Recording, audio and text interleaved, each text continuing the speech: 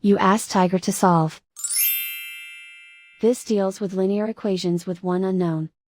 The final result is x equals 8. Let's solve it step by step. Group all constants on the right side of the equation. Add 11 to both sides. Simplify the arithmetic.